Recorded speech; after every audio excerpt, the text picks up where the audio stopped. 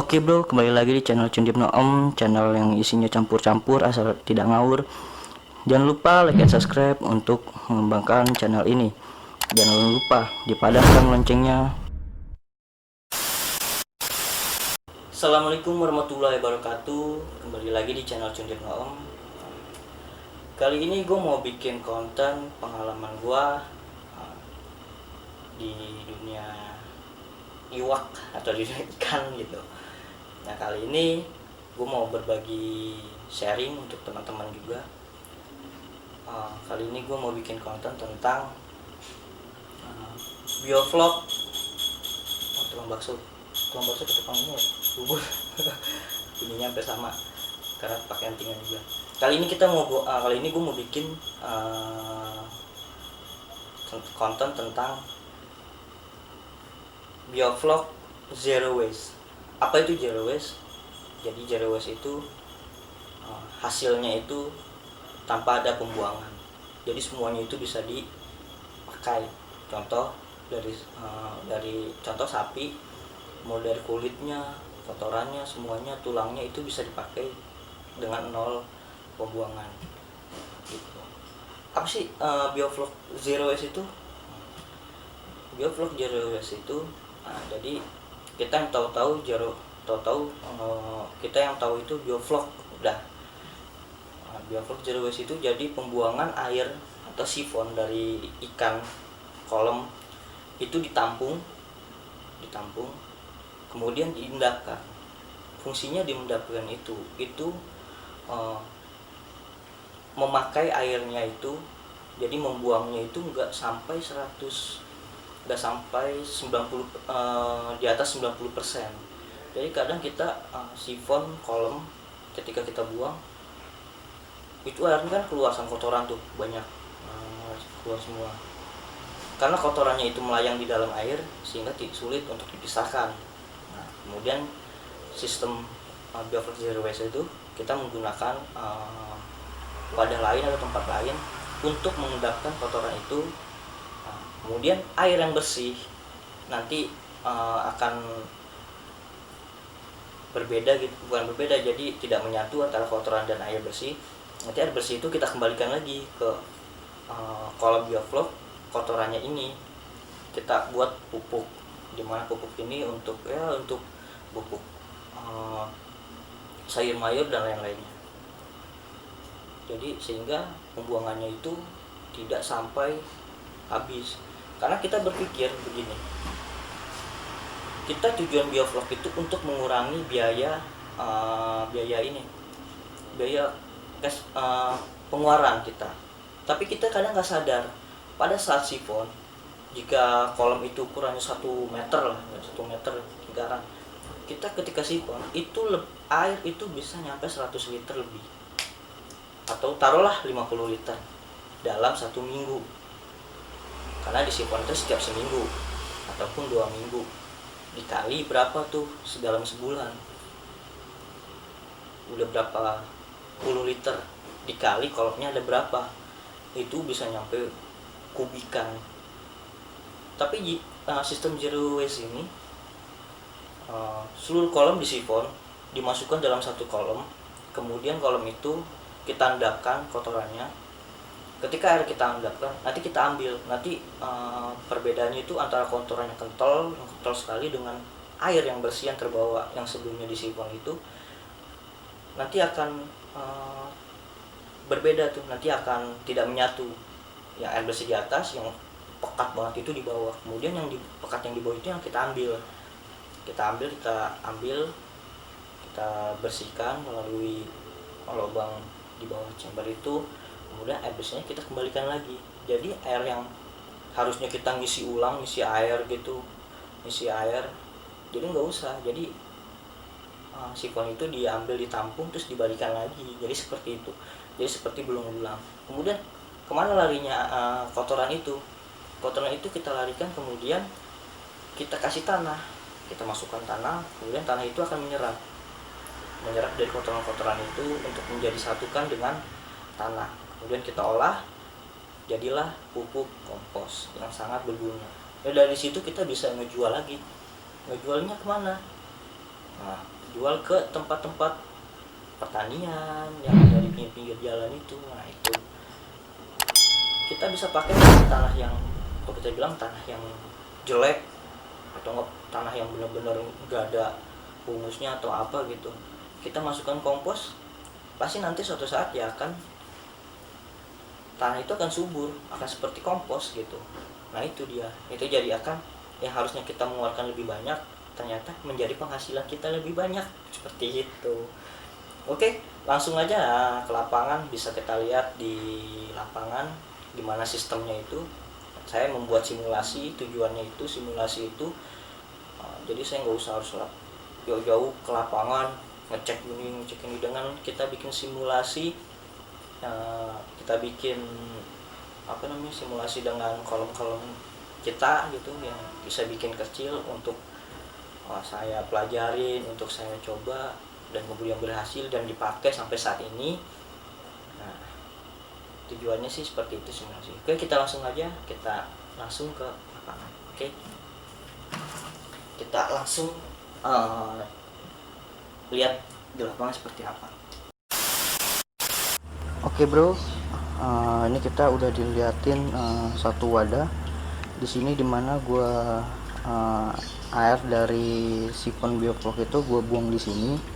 Tujuannya jadi kita endapkan dulu kotorannya, kemudian habis diendapkan air yang bersih kita masukin lagi. Jadi kita pakai sistem zero waste. Jadi sebisa mungkin air pembuangan sifon itu jangan terbuang seluruhnya gitu.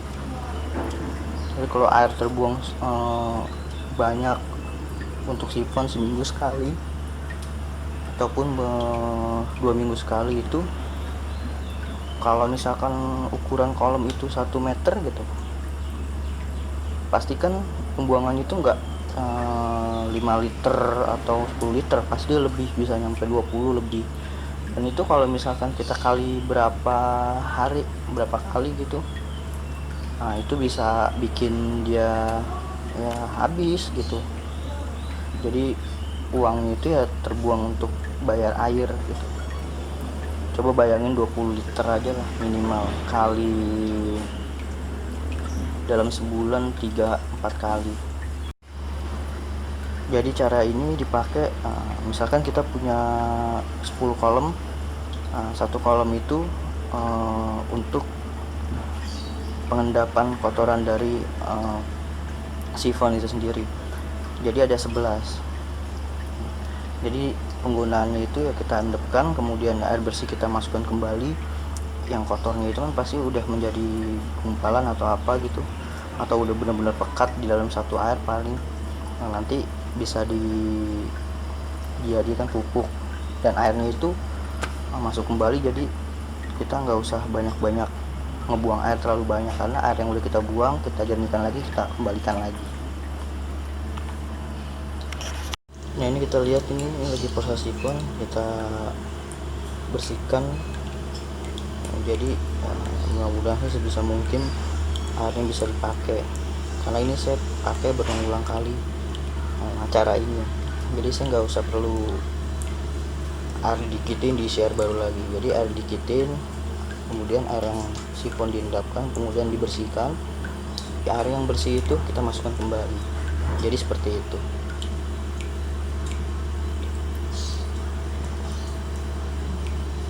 Seperti inilah.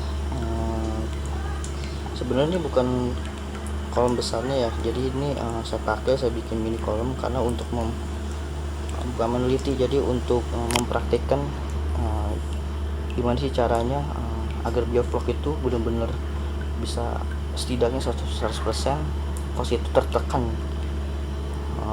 jadi bisa semurah mungkin gitu. Jadi saya bikin kolom, saya coba praktikkan, saya coba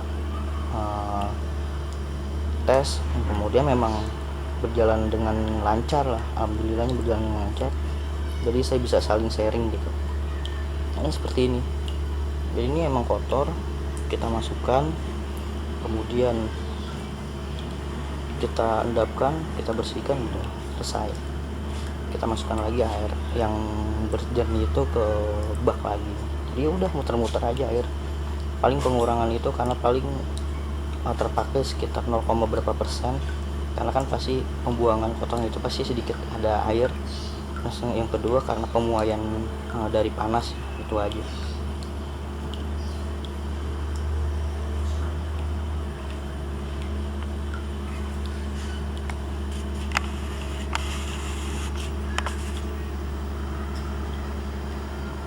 Nah, ini udah selesai kita sifon, kita masukin ke bak penampungan. Nanti kita tunggu sekitar 1-2 jam atau 1-3 jam. Nanti dia akan, kotorannya itu akan terlarut ke bawah, yang benihnya kita ambil, kita masukin lagi. Jadi seperti itu.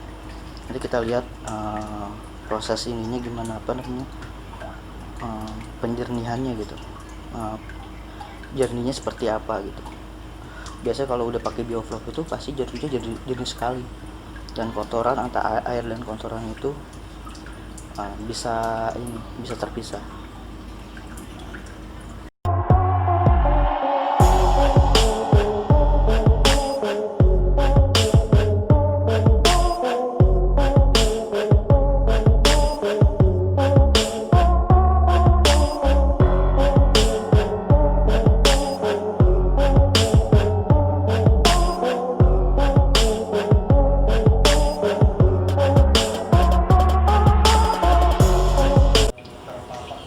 Oke bro, nah ini hasil dari pengendapan kita selama 2-3 jam. Sini bisa kita lihat nih, airnya sudah mulai bening dan pengendapannya di bawah. Ini kita cek dulu airnya nih. Oh, ini air pengendapannya tuh masih bening, ya kan? Tuh, bagus banget tuh. Airnya masih banyak, yang ternyata kita lihat buteknya sampai sebanyak itu ternyata masih bisa diendapkan lagi. Jadi sayang kalau dibuang langsung kalau habis sifon. Mendingan diendapkan lagi dan diambil. Ini kita lihat nih perbandingan berapa. Nah, tuh.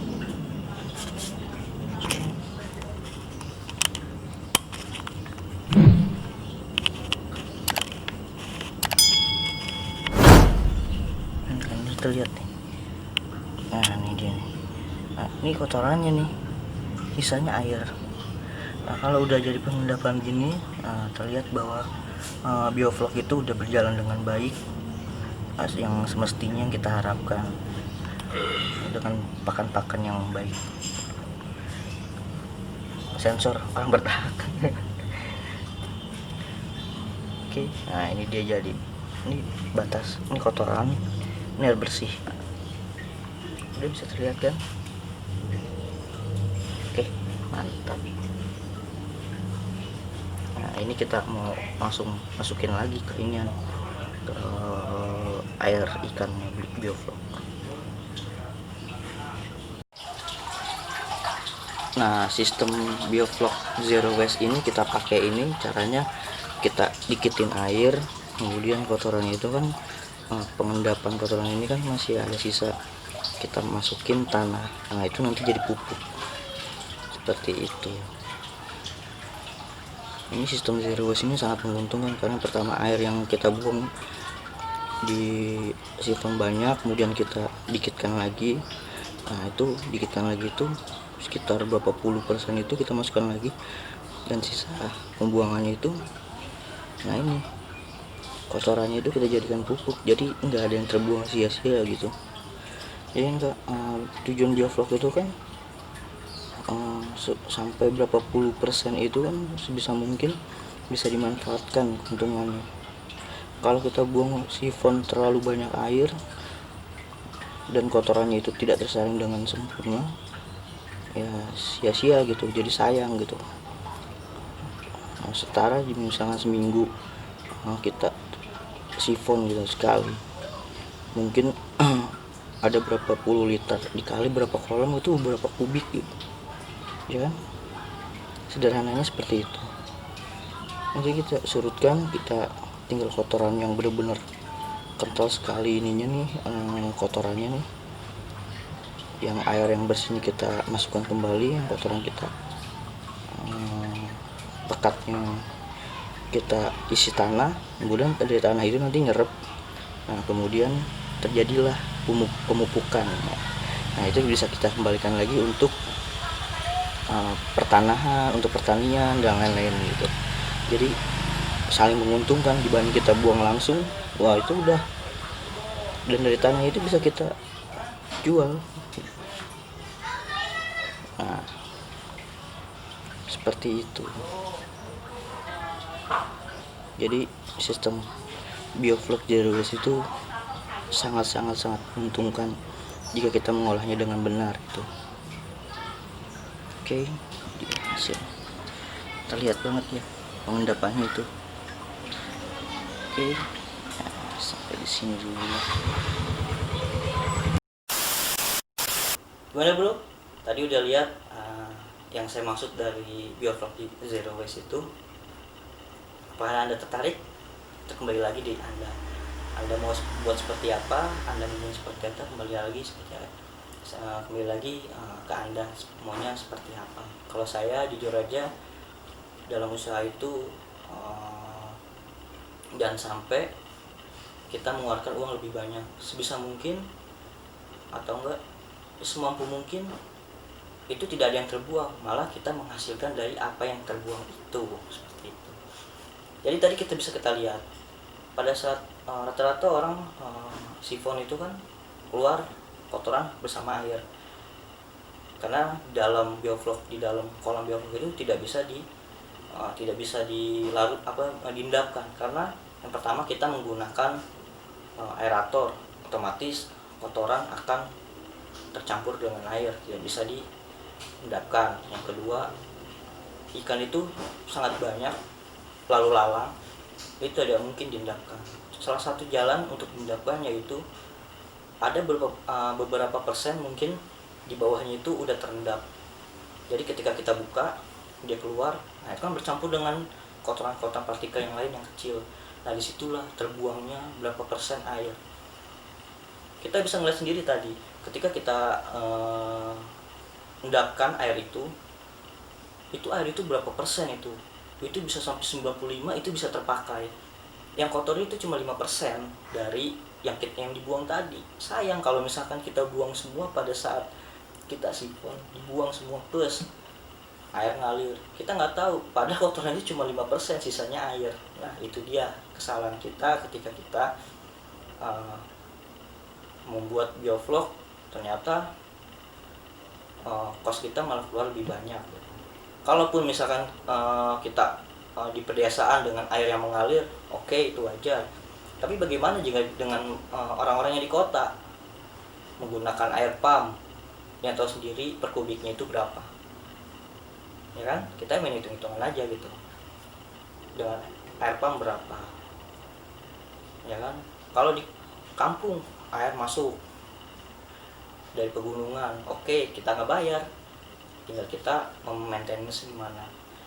Nah kalau misalkan kita pakainya di perkotaan, nggak ada air dari pegunungan tapi air pump, lalu bagaimana?